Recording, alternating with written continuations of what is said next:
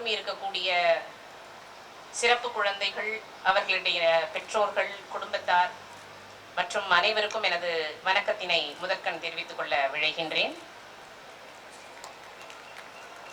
ரொம்ப அழகான ஒரு நாள். இயற்கை கூட நமக்கு எப்படி உதவுது பாத்தீங்களா? நேத்து நமக்கு என்ன சொல்லியிருந்தாங்கன்னா, காலநிலை அறிக்கையில வர்ற 2 நாட்கள்லையும் +2 degrees அதிகமா வெயில் அடிக்கும் அப்படின்னு சொன்னாங்க. நான் கூட இந்த பத்திரிகை எனக்கு கொடுக்கும் பொழுது பார்த்தேன், இன்விடேஷன் கொடுக்கும் பொழுது, இந்த வெயில்ல 8:30 மணிலேருந்து 11:30 மணி வரையிலும் குழந்தைங்களை உட்கார வைப்பாங்களா அப்படின்ட்டு. ஆனா இயற்கை, இறை என்ன வேணா நீங்க சொல்லுங்களேன், இன்னைக்கு உங்களுக்காகவே இந்த மேகங்களை அனுப்பி இந்த குளிர்ந்த ஒரு அழகான தட்பவெட்ப நிலையை நமக்கு அளித்து கொண்டிருக்கின்றது. இது என்னத்தை காட்டுது அப்படின்னு சொன்னா, நல்லது செய்யும் போது எல்லாமே நல்லதாவே நடக்கும். இதுதான் வள்ளுவர் அழகா சொல்லியிருக்காரு. குடி செய்வல் என்னும் ஒருவருக்கு தெய்வம் மடித்துற்று தான் முந்துரும். அதாவது தன்னை சுற்றி இருக்கின்றவர்களை, தனது குடியை, தன்னுடைய கிராமத்தை, தன்னுடைய ஊரை, தன்னுடைய உலகத்தை உயர்த்த வேண்டும் என்று ஆசைப்படுகின்ற ஒருவனுக்கு தெய்வம் மடித்துற்று தான் முந்துரும். அதாவது அவரு தெய்வம் வேஷ்டியை மடிச்சு கட்டிட்டு நான் முன்னாடி உங்களுக்கு ஹெல்ப் பண்றேன் அப்படின்னு நிக்குமா. அதற்கு சாட்சி இந்த இறை இன்னைக்கு.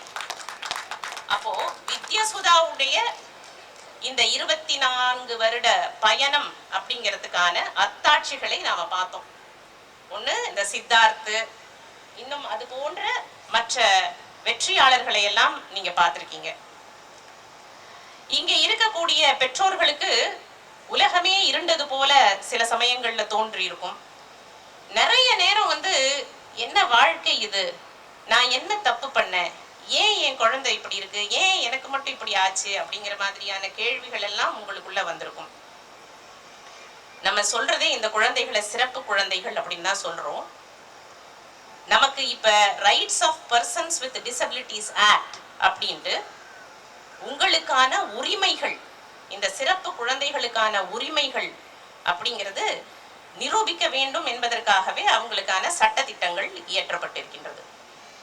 அதன்படி நமக்கு 5% 5% ரிசர்வேஷன் எல்லா பள்ளிக்கூடத்திலையும், எல்லா காலேஜ்லையும், எல்லா எஜுகேஷனல் இன்ஸ்டிடியூஷன்லையும் 5% reservation for differently abled persons அப்படிங்கிறது உறுதி செய்ய வேண்டும் என்று இருக்கின்றது. அதே மாதிரி வேலை வாய்ப்புல 4% ரிசர்வேஷன் கண்டிப்பாக கொடுத்தாக வேண்டும் அப்படின்ட்டு. இன்னைக்கு இங்க நம்ம ஒரு குழந்தைய பார்த்தோம். அவர் டிஎன்பிஎஸ்சிக்கு ப்ரிப்பேர் பண்ணிட்டு இருக்காங்க அப்படின்னு சொல்றாங்க. இந்த டிஎன்பிஎஸ்சியில் அவர் வெற்றி பெற வேண்டும், அவருக்கு நிச்சயமாக ஒரு நல்ல பதவி கிடைக்க வேண்டும் என்று நானும் வாழ்த்தி கொள்கின்றேன். இந்த தருணத்துல இந்த ரிசர்வேஷனை நீங்க பயன்படுத்திக்கணும் அப்படின்னு சொன்னா என்ன செய்யணும்? நான் டிசபிலிட்டி, இயலாமை, முடியாமை அப்படிங்கிறத பார்க்காம இந்த குழந்தைகளான எபிலிட்டிஸ் என்ன இவர்களால செய்ய இயலும் அப்படிங்கிறத நம்ம பார்க்கணும். அதுதான் ரொம்ப முக்கியம். அதை யாரு பாக்குறாங்க அப்படின்னு சொன்னா, உங்களுக்கே இங்க பேசினவங்களுடைய பேரண்ட், குழந்தைங்க அவங்களெல்லாம் பார்க்கும்போதே உங்களுக்கு ரொம்ப தெளிவா தெரிஞ்சிருக்கும். என்ன, இங்க இருக்கக்கூடிய வித்யாசுதாவின் ஆசிரிய பெருமக்கள் எல்லாருமே குழந்தைங்களுடைய செயல்திறன் என்ன, எபிலிட்டி என்ன அப்படிங்கறத தான் பார்த்து அந்த குழந்தைங்களுடைய ஒரு குழந்தை நல்லா டிரா பண்ணும் அப்படின்னா வெறும் ஒரு ரவுண்டு போட்டதையே பெருசா நோட்டீஸ் போர்ட்ல போட்டு அதை என்கரேஜ் பண்ணிருக்காங்க. அப்ப அந்தந்த குழந்தைகளுடைய திறமை என்ன அப்படிங்கறத கண்டுபிடிச்சி அதை மட்டும்தான் அவங்க ஃபோக்கஸ் பண்றாங்க. அப்ப பேரண்ட்ஸ் நீங்க என்ன செய்யணும் அப்படின்னா, என்னுடைய குழந்தைக்கு என்ன திறமை இருக்கின்றது அப்படிங்கறத நீங்க முக்கியமா பார்க்கணும். எல்லா குழந்தைகளுக்கும், எல்லா உயிரினங்களுக்கும் ஏதாவது ஒரு திறமை இருக்கின்றது.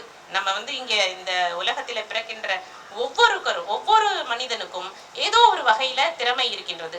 சிலர் அந்த திறமைக்கு நல்ல தங்கத்தை எப்படி இழைச்சி பாலிஷ் போட்டு, வைரத்தை எப்படி பாலிஷ் பண்ணி ஜொலிக்க வைக்கிறாங்களோ அந்த மாதிரி அவர்கள் முயற்சிகளை தொடர்ந்து செஞ்சுக்கிட்டே இருந்து அவங்க வைரம் போல ஜொலிக்கிறாங்க.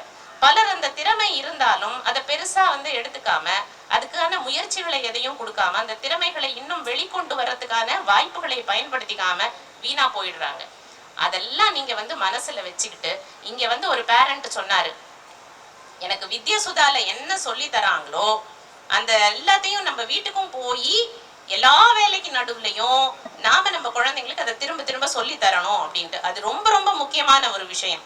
இங்க இருக்கக்கூடிய அத்தனை தாய்மார்களும் பெற்றோர்களும் வந்து தந்தைமார்களும் நான் இந்த மார்ச் பாஸ்ட்ல பார்த்தேன், எப்படி அந்த குழந்தைய ஊக்குவித்து கொண்டிருக்கின்றீர்கள் அப்படிங்கிறத பார்க்கும்போது உண்மையிலேயே பெருமையாக இருக்கின்றது. உங்களுக்கெல்லாம் ஒரு பெரிய வணக்கத்தை நான் சொல்லிக்கொள்ள வேண்டும்.